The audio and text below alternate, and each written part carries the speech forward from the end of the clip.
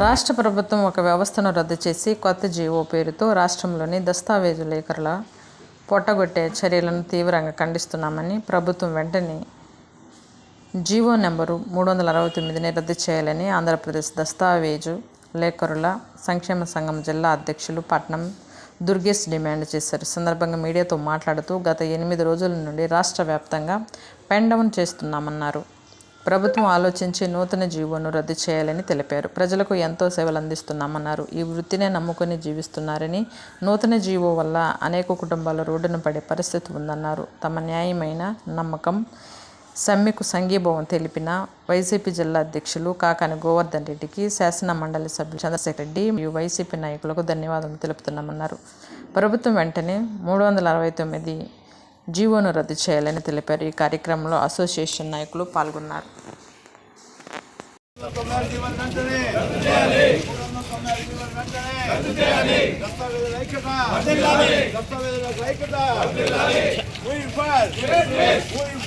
దుర్గేష్ బాబు అండి, నెల్లూరు జిల్లా దస్తావేజు లేఖల సంక్షేమ సమయానికి ప్రెసిడెంట్ని. ప్రభుత్వం వారు రిజిస్ట్రేషన్ ఆఫీసుల్ని రిజిస్ట్రేషన్ సేవా కేంద్రాలుగా మార్చుతూ 396 జీవోని విడుదల చేశారు. ఆ 396 జీవోలో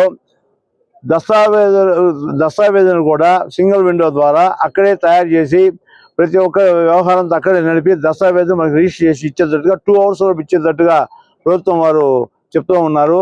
అందువలన ఇప్పుడు మన ఆంధ్ర రాష్ట్రంలో సుమారుగా 5 లక్షల మంది దాకా డాక్యుమెంట్ రైట్స్ వెండర్స్ అయితే దానికి సంబంధించి అనుబంధంగా ఉండే DT ఆపరేటర్ ఏమి అసిస్టెంట్లు అయితే అందరూ ఉన్నారు. వీళ్ళందరి యొక్క జీవనోపాధి పోయే పరిస్థితి ఏర్పడతా ఉంది.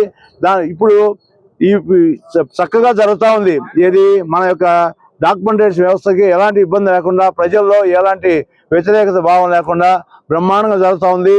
వేగవంతంగాను సులభతంగాను మంచి విధానాలతో జరుగుతుంది.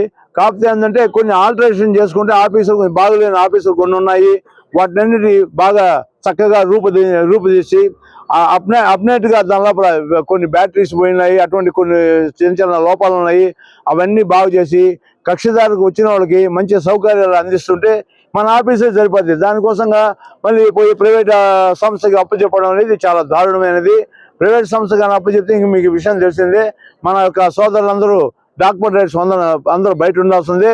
ఎప్పుడైతే దానిలో ఈ యొక్క ప్రైవేట్ భాగస్వామ్యం చేసిన దానిలో దస్తావేజు చేసుకునే విధానం ఏంటంటే మన ప్రాథమిక హక్కు అనమాట. భారతదేశ రాజ్యాంగంలో మనకు ఉంది. మన డాక్యుమెంట్ సంబంధించి కానీ మన వ్యవహారం ఏదైనా మనమే తయారు చేసుకునే విధానం ఉంది.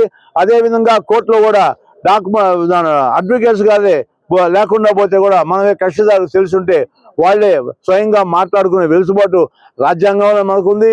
అంత హైకోర్టులోనే ఆ విధంగా ఉన్న పరిస్థితుల్లో ఇప్పుడు దస్తావేజు ఎవరు తయారు చేసుకున్న దాన్ని లేకుండా లోపలే మేమే చేస్తామయ్యా సింగిల్ విండో ద్వారా ఇది చాలా దారుణమైన ప్రక్రియ.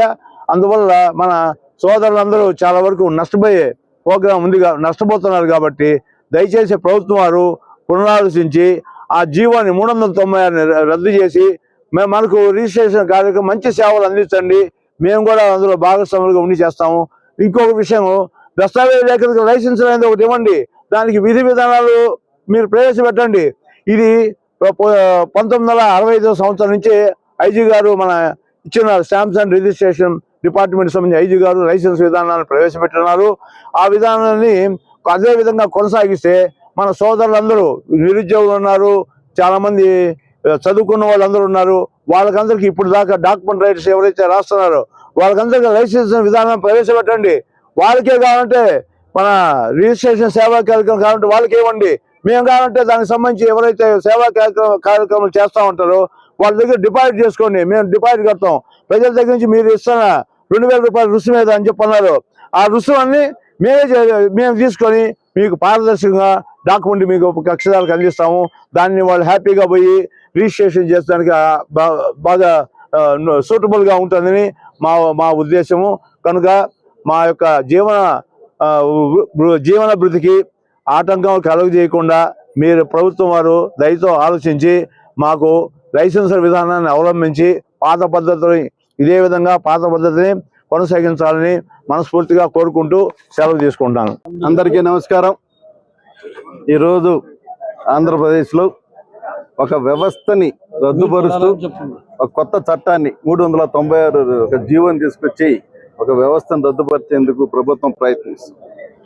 మీరు ఎందుకు చేస్తున్నారు? మీకు జరుగుతున్న నష్టం ఏంటి? మీకు జరిగే నష్టం వీళ్ళ వల్ల, ఈ వ్యవస్థ వల్ల మీకు ఏం నష్టం జరుగుతుంది? మీ ఏ ఒక్క దస్తావేజు లేఖరికి మీరు ఒక్క పైసా ప్రభుత్వం తరఫున కానీ ఇతరులు కానీ సహాయం చేస్తున్నారా? ప్రభుత్వానికి ఏ విధమైన నష్టం జరుగుతుంది?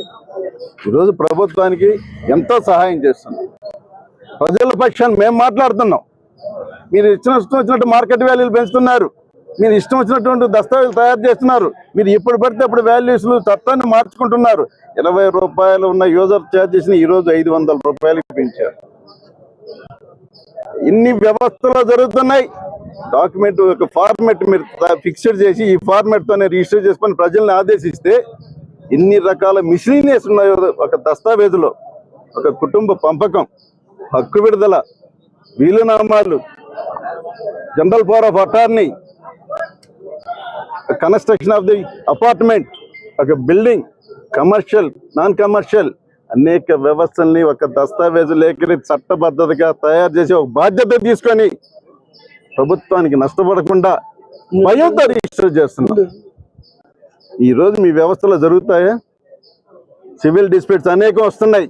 ఒక దస్తావేజ్ తయారు కొన్న ఆస్తిని అనేక సమస్యలు ఉంటాయి. కొనుగోలుదారుడు, అమ్మకందారుడు ఆ సివిల్ డిస్ప్యూట్ కూడా పరిష్కరించి మేమే మధ్యవర్తులుగా తయారు చేసి ఒక పెద్ద మనుషులుగా వ్యవహరించి సమస్యలు సాల్వ్ చేస్తున్నాం. మీరు చేసే సిస్టంలో అనేక సివిల్ డిస్ప్యూట్స్ వస్తాయి. ప్రభుత్వం నష్టపోతుంది, రెవెన్యూ కుంటుపడుతుంది, తప్పులు జరిగేదానికి అధికమైన ఆస్కారం వస్తుంది. ఏదో ఒక వ్యవస్థలో తప్పు జరుగుతుందంటే చట్టం మీ చేతిలో ఉంటే ఆ తప్పును సవరించే శక్తి నీ దగ్గర ఉన్నప్పుడు మమ్మల్ని ఎందుకు కడుపు కొడతారు? మమ్మల్ని ఎందుకు మా వ్యవస్థను రద్దు చేస్తారు? మా వ్యవస్థ రద్దు అయిపోతే సరిపోతుందా? నీ చట్టం ఏమైంది? నీకున్న అపార అధికారాలు ఆ తప్పుని ఎందుకు సవరించలేకపోతున్నావు? లిబరలైజేషన్ చేయండి. దస్తావేజు ఆఫీస్కి వెళ్తే పెండింగ్ పడకపోతే తప్పు జరగదు. ఆ తప్పుని సరిచేసే విధానం నీ చేతిలో పెట్టుకొని ఏదో చేసే తప్పుకి మమ్మల్ని బలి చేస్తున్నారా? వేల కుటుంబాలు ఈరోజు పోతున్నాయి. అనాదిగా వందల సంవత్సరాల నుంచి మా తండ్రి గారు 70 సంవత్సరాల పూర్వం దస్తావేజు లేఖరి, నేను 27 సంవత్సరాల నుంచి దస్తావేజు లేఖరిగా పనిచేస్తున్నా. కుటుంబాలు ఆధారపడినాయి. అనేక రకాల ఆలోచనతో ఉన్న ఆ వృత్తులను కొనసాగుతున్నప్పుడు వ్యవస్థలో ఉన్నటువంటి సివిల్లో ఉన్నటువంటి అనేక లొసుగుల్ని కూడా అధిగమించి సివిల్ వ్యవహారాన్ని డిస్ప్యూట్ కాకుండా ఆ యొక్క కక్షిదాని యొక్క ఆస్తిని భద్రపరిచే సిస్టంలో మేము తలమునకలై చేస్తాం.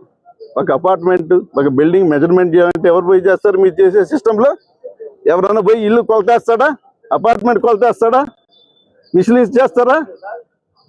అనేక రకాలైనటువంటి ప్రాపర్టీస్ని పూర్వీకులకి, వాళ్ళ తండ్రులకి, వాళ్ళ బిడ్డలకి అనేక రకాలుగా విశదీకరించే చట్టం ఉంది. ఈ వ్యవస్థలో మీరు ఇచ్చినటువంటి సింపుల్ ఫార్మాట్లో ఇది కుదరదండి. ఈ కుదరనప్పుడు సమస్యలు వస్తాయి. ఒక్కసారి అర్థం చేసుకోండి. వ్యవస్థ లోపలికి వెళ్ళి పరిశీలించండి. ఒక తప్పుని సరి చేసేదానికి అనేక తప్పులు, అనేక కుటుంబాలని నిర్వీర్యం చేస్తూ వాళ్ళ జీవనోపాధిని కొట్టడం అనేది కరెక్ట్ అయిన పద్ధతి కాదని గౌరవ ముఖ్యమంత్రి వారికి, ప్రభుత్వానికి మేము మనవి చేస్తున్నాం. ఒకసారి పునరాలోచించండి. మా వ్యవస్థను దెబ్బ కొట్టొద్దు. ఏదైనా తప్పును సరిచేలా ఉంది, ఆ తప్పును సరిచేయండి. మా వ్యవస్థను కొనసాగించండి. ఇలాగే మా అందరికి కూడా జీవనోపాధి కోల్పోకుండా 396 జీవోను రద్దుపరిచి వ్యవస్థను యథావిధిగా కొనసాగించాలని కోరుకుంటూ సెలవు తీసుకుంటాం.